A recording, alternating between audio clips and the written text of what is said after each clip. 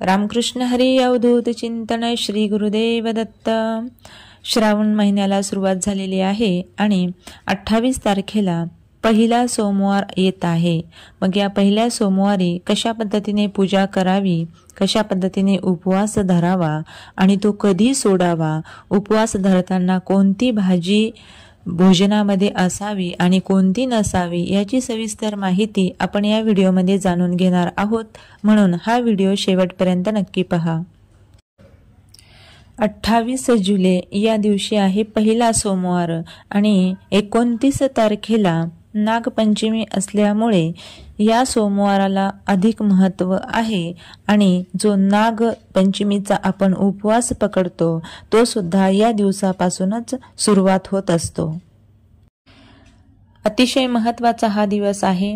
मग अगोदर पूजा कशी करावी ते अगोदर आपण जाणून घेऊया।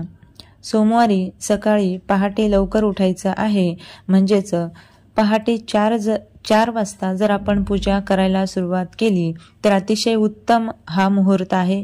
याला ब्रह्ममुहूर्त म्हटलं जातं आणि या वेळेवर केलेली जी साधना आहे, केलेले जे सेवा आहे किंवा दिवसभराच्या व्रताला जर 4 वाजल्यापासून सुरुवात केली तर ते अतिशय पुण्यपावन ठरत असतं। सर्वात महत्त्वाचं अगोदर आपण आपल्या घरातल्या देवांची पूजा करायची आहे आणि त्यानंतर आपल्याकडे जी भोले बाबाची छोटीशी पिंडी आहे महादेवाची, त्यावरती आपल्याला अभिषेक करायचा आहे।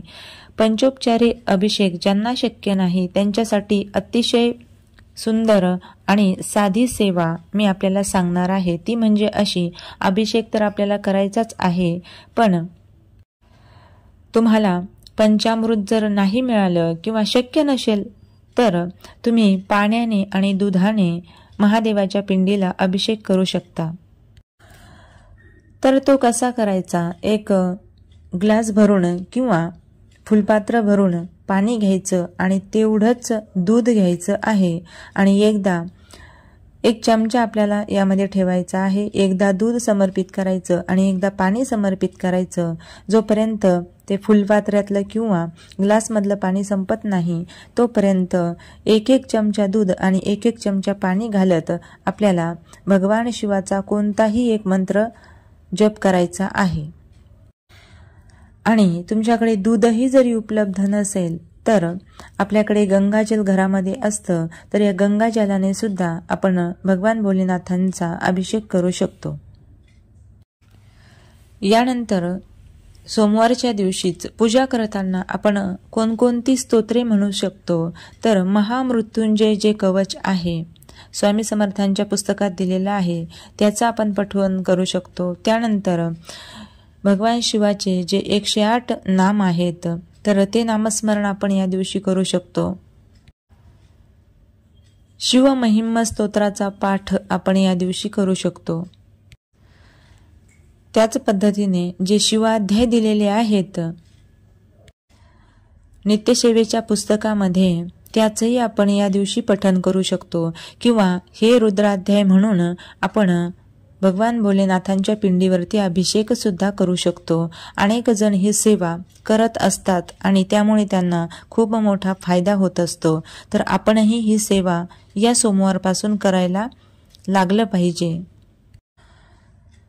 श्रावण सोमवारीच एक करून शिवलीलामृताचं पारायण सुद्धा काही लोक करत असतात, म्हणजेच दिवसभरामध्ये शिवलीलामृताचं 1 पारायण अशा पद्धतीने संपूर्ण श्रावण महिनाभर 4 जर सोमवार पडत असतील तर 4ही सोमवारी आपण शिवलीलामृताचं पारायण केलं तर अतिशय उत्तम आणि खूप मोठा पुण्य पावन असणारा लाभ आपल्या पदरात पडत असतो।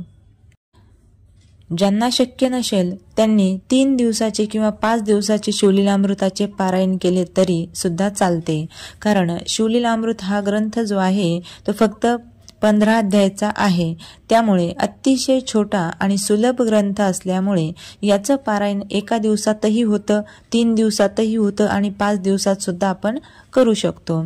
तर सोमवारपासून शिवलीलामृताच्या पारायणाला सुद्धा आपण सुरुवात केली पाहिजे किंवा 1 आवर्तन या दिवशी केलं पाहिजे। सर्वात महत्त्वाचं, आजारी व्यक्तींसाठी या दिवशी म्हणजे सोमवारच्या दिवशी आपण महामृत्युंजय मंत्राचा जप करून सुद्धा पिंडीवरती अभिषेक करू शकतो. आणि जे अभिषेकाचं तीर्थ आहे ते त्या आजारी व्यक्तीला जर दिलं तर त्याचा जो रोग आहे, त्याचा जो आजार आहे तो नष्ट व्हायला सुरुवात होते. आता आपण उपवास कधी सोडावा आणि त्यामध्ये कोणती भाजी खाऊ नये या सोमवारच्या दिवशी हे आपण पाहूया. तर सोमवार हा जो उपवास आहे तो दुपारी सोडला जात नाही, दुपारी सोडता येत नाही. सोमवार धरल्यानंतर याचा उपवास संध्याकाळी सोडावा लागतो, हा नियम आहे.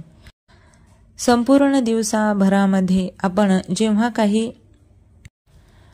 पदार्थ खाण्याचा विचार करत असतो त्या पदार्थामध्ये कोणत्याही प्रकारचं तिखट आपल्याला खायचं नाही. मिरची या दिवशी वर्ज्य असते. फक्त जेव्हा तुम्ही उपवास सोडायला बसाल तेव्हाच आपण तिखट खाऊ शकतो. हा अतिशय महत्त्वाचा नियम सोमवारला लागू आहे. या दिवशी भगर सुद्धा चालत नाही, साबुदाणा सुद्धा चालत नाही. फक्त फलाहार करूनच हा उपवास आपल्याला पकडायचा असतो. आणि संध्याकाळी जेव्हा उपवास सोडायला बसाल त्यावेळी आपल्याला साध्याच भाज्या आपल्या भोजनामध्ये घ्यायच्या आहेत. या दिवशी वांग्याची भाजी चालत नाही. उपवास सोडण्यासाठी वांगे असतील, गिलके असतील, घोसाळे असतील याची भाजी सोमवारला चालत नाही. यानंतर दही सुद्धा उपवास सोडायला चालत नाही. दिवसभरामध्ये सुद्धा आपल्याला वाटतं उपवास आहे म्हणून दह्या दुधाचे पदार्थ आपण दिवसभरामध्ये खात असतो, पण सोमवारला दही खायचं नाही हा नियम आहे.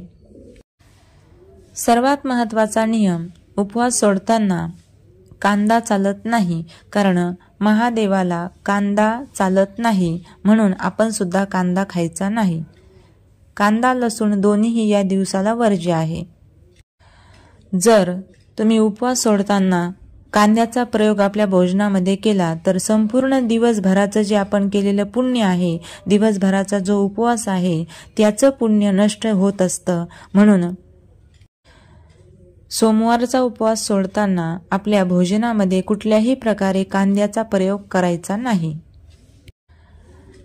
आणि सर्वात महत्त्वाचा नियम, दिवसभरामध्ये कुणाचंही मन दुखवायचं नाही.